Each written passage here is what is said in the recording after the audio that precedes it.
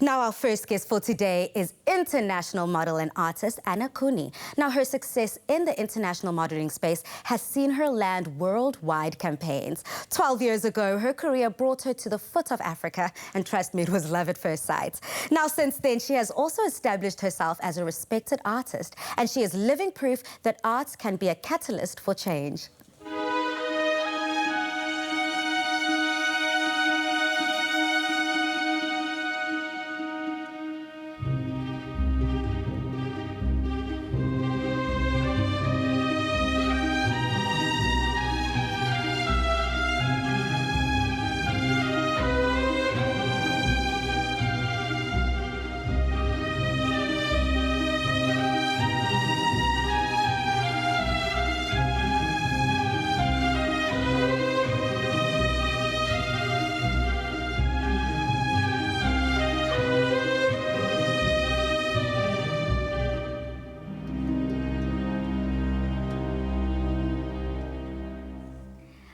I mean, how beautiful, seeing how that beautiful portrait has come together. Welcome to the loft, Anna. Thank you so much.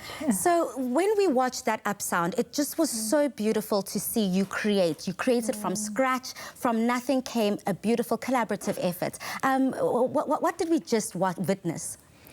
Well, that's basically what it is. It just happens. It's really hard to explain. And at that moment of all this news coming out, I really wanted to transform this energy that was coming through me. It was so much anger, and I felt that painting was the only way that I know to transform the energy. And apparently it resonated with many people, showing what art can actually do. Absolutely. Yeah. So for our viewers who are not quite familiar with the art piece that we just saw beautifully come together, that was a portrait of the very late Uyinene. And we definitely do stand in solidarity, not only with her, not only with her family, but all those that have been affected by gender-based violence. And it is that anger that you were just speaking about, that kind of motivation, that bubbling under that needed to come out. And what do you think the impact was on society when they first viewed your artwork? To be honest, I don't know. I was so scared to show this painting to people because I didn't want to kind of get any attention on this sort of subject. But also, because I am a female artist and I do paint to empower women, I felt like silence would be the worst thing I could do. So all I wanted for this painting is to bring some sort of peace and a little bit to transform this energy that we were all building up, which is that frustration and anger, and it was too much. You remember that week was so hectic. So it was kind of a tribute to all of us experiencing it and saying that we are all in it together. And there's that common thread of themes that we see throughout your work. I mean, what themes do you like to focus on? Yeah, I have one theme. It calls a warrior woman. A warrior woman. And I call it a woman who is conscious, compassionate, creative, living in harmony with nature. And she fights her battles with different tools, and her tools are compassion and her tools are creativity, a little bit different tools. She's still in the fight because she still has to survive in this world. And I feel that these paintings that I'm creating, they are kind of a manifestation of what I wish for other women to experience. And that's why I prefer street art, because it can bring those paintings to areas where, art is maybe not that accessible. And what I love about street art and just, I think, creativity as a whole is that you do not have to be educated on it. You just have to have the talent, that free flow of energy to be able to express yourself and create. And I know this was certainly the case with you. I mean, you did not formally train for this, but I mean, when I look at your art pieces, I can think this just has to be nothing but sheer natural talent. I did go to art school since I was 6, but it was a proper traditional training. And then I did educate myself through YouTube and through other techniques. And it actually is true. Art is just something that comes through you, and it doesn't have to be a proper form of education for that. It's just my willingness to express something that I feel, and the willingness to empower inspire people around me. And I do it through artwork. I'm sure other people do it through other means. Absolutely. And we've definitely asked our viewers online to let us know what type of art resonates with them, because it is that type of message, that type of impact that we want any type of creativity to kind of have that mirrored effect in society. Do you believe, this is a very challenging question, you have to be honest, do you believe that your art is doing exactly what you intended it to do? I had no intention, so I'm very surprised for the reaction, and I don't want to take any credit for that. It's just it's that piece belongs to people. This piece still stands just in the house, and I don't know what to do with it, because this is not the piece I would want to say, okay, I've done this.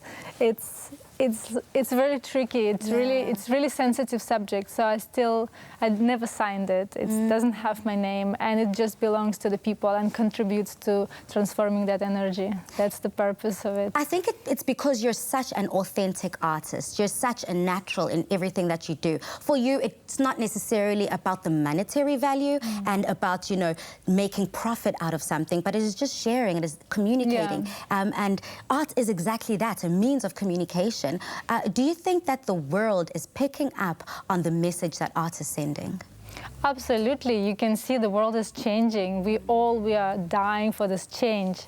Us women, we want to thrive. We want to live our best lives, you know, and I feel that that's why women resonate with my art. Also men, you know, this is the female energy that can be, you know, resonating with all of the humans, and it is time. I totally believe in it. Absolutely. It is the time now, and we are encouraging this, and I see that happened in this collaboration with a guest that we're going to meet later on in the show, Joshua, where I just feel like it is a male coming on board and backing the warrior woman in you.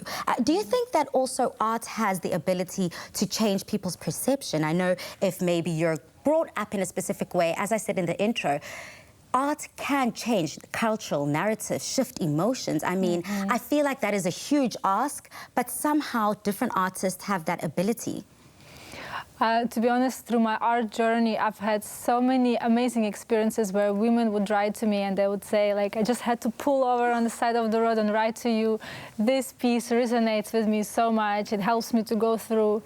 And they would mention their problems. And that kind of what kept me going, understanding that if I'm able to help even one person, if it resonates with someone else on the other side of the planet, that is the biggest gratification, absolutely. That is so beautiful, and we cannot run away with from your international kind of influences that you have. You are someone who's traveled the world. You've been fortunate enough to do so through your career, but then you found a home here in South Africa.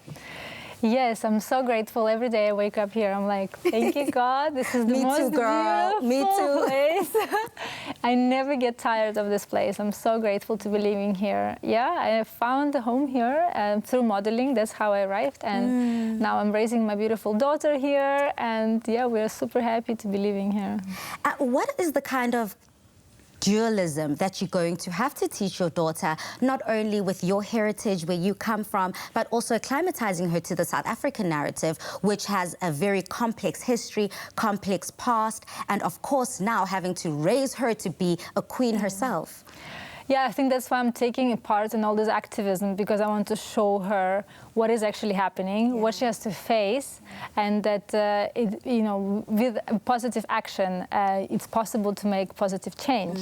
So she's already aware of this. She's facing this, and to be honest, in Ukraine, it's the same issues. We have gender-based violence, and it's a worldwide issue. So I'm making her aware of that. Also, showing her how things can be changed. So.